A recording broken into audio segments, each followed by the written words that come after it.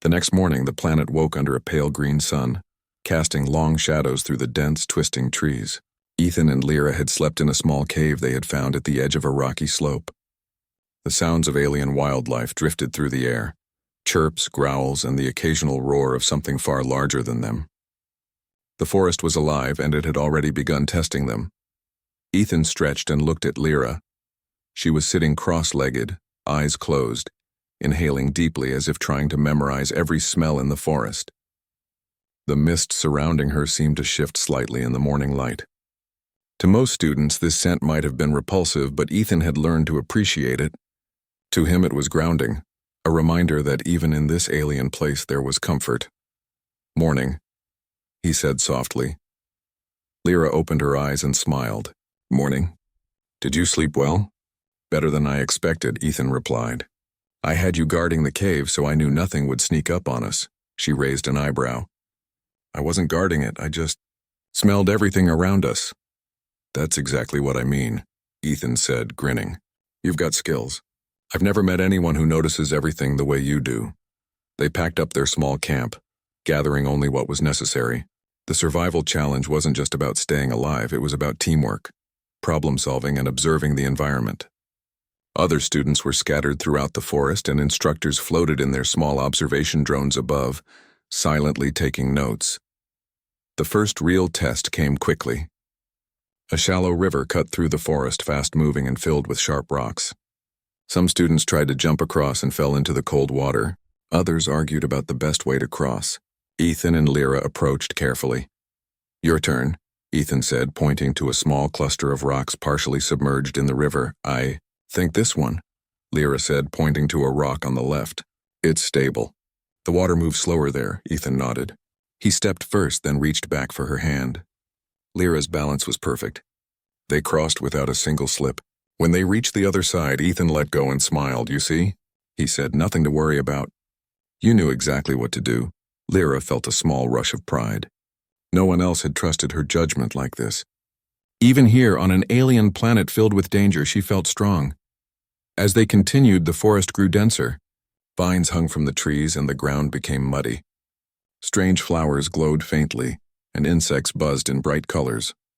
The scents of the forest mixed with Lyra's natural aroma, creating a heady, almost magical combination. Ethan noticed it immediately but did not comment.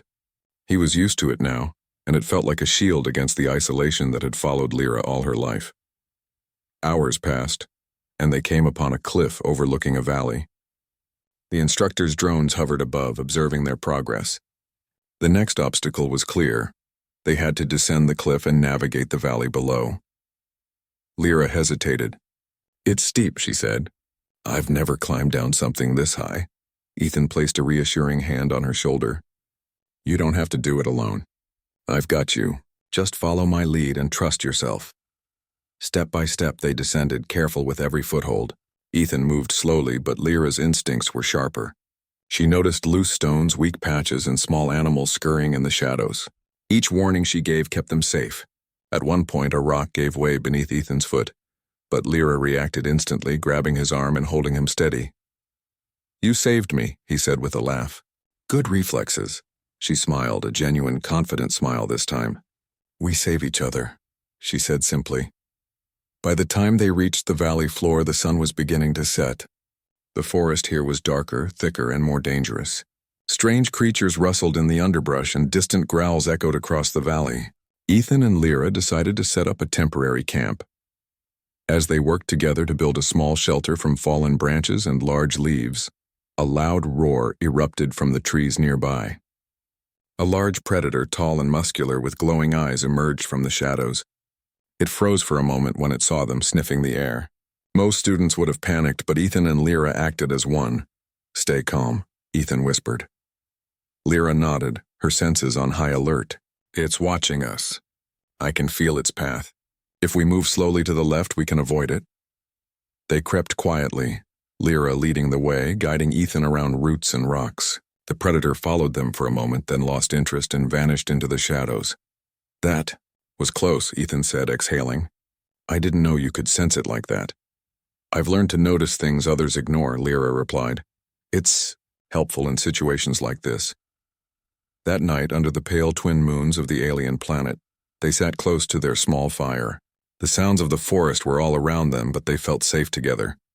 Lyra spoke softly about her life before the academy, how she had always been different, how she had always been alone. "I didn't think anyone would ever sit beside me," she admitted. "Not really. Everyone avoids me." Ethan reached over and lightly touched her hand. "I don't care what everyone else thinks. Your differences, they're amazing. You're brave, smart, and strong. I'm glad we're partners." Lyra felt warmth spread through her chest.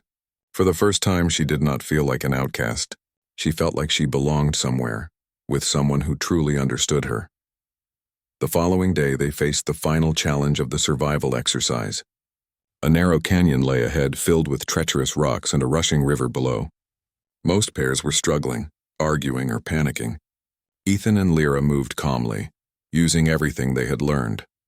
Suddenly, a rock slide erupted above them, sending boulders crashing down the canyon walls. Ethan grabbed Lyra, pulling her to safety behind a large outcrop. One boulder landed inches from them, dust filling the air. Lyra coughed, but her eyes were bright with determination. "Are you okay?" Ethan asked. "I'm fine," she said. "We have to keep going." Almost there, they pressed on, and finally they reached the end of the canyon. The instructor's drone circled above, recording every moment. Ethan and Lyra looked at each other, exhausted but triumphant. They had completed the challenge without arguing, without fear paralyzing them, and without giving up. When they returned to the academy, word had already spread about their teamwork. Other students looked at Lyra differently now, not with fear but with curiosity and respect. She had faced the challenge, and she had done it with courage. And beside her was a human who had never judged her, who had believed in her when no one else did. The instructors approached, nodding approvingly. "Excellent work," one said. "You have demonstrated teamwork, courage, and resourcefulness beyond your years." Lyra's chest swelled with pride. For the first time, she felt that her differences were not a curse. They were her strength. Ethan smiled at her. "See, nothing to worry about." "You did amazing," she laughed softly. "We did amazing," she corrected. From that day on, Lyra was no longer the girl everyone avoided. Other students began to interact with her, asking for advice or sharing stories. Some still whispered, but now there was curiosity rather than fear. Lyra walked through the halls with a newfound confidence, her misty scent no longer a reason to recoil, but a symbol of who she was, a unique, remarkable individual. And Ethan? He had proven something too. His willingness to see beyond fear and difference had not only saved a life, but had changed an entire perspective. He had shown that courage was not just about fighting monsters or passing tests. It was about accepting others, trusting in their abilities and standing beside them when it mattered most. As they prepared for the next day's lessons, Lyra glanced at Ethan and smiled. "Thank you," she said quietly. "You don't need to thank me," he replied, returning the smile. "I'm glad I met you. You remind me of home in a way I never expected." For Lyra, that was more than enough. For the first time in her life, she felt understood, accepted, and truly alive. And together, she and Ethan were ready for whatever the academy and the universe might throw at them next. The planet Zalara was a marvel of the galaxy, its cities towering like crystal mountains under twin suns. Alien ships of every shape and color floated through the skyways, carrying beings of every imaginable form. Some were tall and broad, others with multiple limbs or wings. Yet among them all, one being stood out not for grandeur but for her small size. She was the tiny princess of Zalara, Lyra, and though her mind was sharp and her courage unmatched, she had been rejected by every eligible male in the galaxy. Lyra walked through the palace gardens, her small frame moving quickly among the massive flowers that glowed under the sun's light. Each step echoed softly on the smooth stone path, dwarfed by the immense trees and statues surrounding her. Despite her royal title, whispers of mockery followed her wherever she went. "She is too small," some nobles said. "A princess cannot command respect if she cannot inspire awe." Lyra had long grown accustomed to such words, but they never failed to sting. She paused by a fountain, watching the water cascade in sparkling sheets. Her reflection rippled in the pool, showing a young face with determination etched into every line. "Maybe one day," she murmured, "someone will see me for who I really am." That hope, fragile as it was, gave her a little strength to continue. The palace had prepared for a special event, a diplomatic council where the galaxy's new members would meet. Among them were humans, creatures many aliens considered primitive. They had arrived only recently in galactic space, their technology less advanced than the older races, yet somehow they survived every challenge the galaxy threw at them. Lyra was skeptical of their importance, but curiosity drew her to the council chambers. The humans entered, their appearance ordinary by galactic standards, tall, 2 arms, 2 legs with no scales or wings to impress. Among them walked Ethan, a human man with a confident stride and eyes that seemed to notice everything. Where the alien princes avoided her, glancing down with dismissive eyes, Ethan looked directly at Lyra. He did not flinch at her size. He did not frown. Instead, he smiled, a simple gesture that made her chest tighten unexpectedly.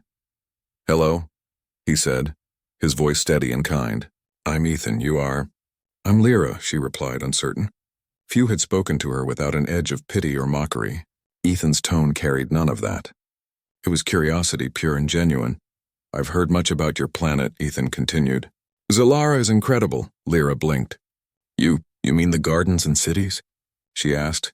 "I mean your people, your courage, your history," he said. "It's impressive." For the first time in years, someone's words made her feel seen. She expected compliments about her size, her appearance, or the failure of alien suitors, but not about her mind, not about her spirit. Before she could respond, alarms blared across the council chamber. Red lights flashed as a fleet of rogue alien ships pierced the sky above Zalara. The council panicked. Guards scrambled, and diplomats began arguing in high-pitched tones. Lyra's heart raced. She had never seen such chaos up close, and fear gripped her chest. Most of the alien princes fled immediately, hiding behind their attendants and arguing that the palace's defense was not their concern. Lyra's own guards hesitated, unsure whether to obey protocol or protect the princess. Ethan, however, stepped forward without hesitation. "Stay close to me," he said. "We'll get through this." Lyra's small hands clutched his arm, and together they ran to a side exit, dodging laser fire and debris. Ethan moved with instinctive agility, ducking under beams and leaping over obstacles. Lyra, though small, followed his lead, weaving through narrow corridors where the larger aliens could not have fit. They reached the central tower, where the royal archives held plans for the city's defense. Ethan took the lead, flipping through holographic displays to find the weak points in the palace defenses. Lyra guided him with her knowledge of the city, pointing out secret corridors and maintenance shafts that no outsider could know. "You're incredible," Lyra said breathlessly. Ethan glanced at her with a wry smile. "I could say the same about you. You know this place better than anyone else." Together, they activated defensive systems and redirected energy shields to protect the palace. Laser turrets came online and rogue ships were hit, some exploding in brilliant flashes of light. The alien council watched in disbelief as a human and a tiny princess managed what their entire military could not. Hours passed, and the rogue faction retreated, realizing they had underestimated the defenders of Zalara. Smoke cleared, fires were extinguished, and the council began to process what had happened.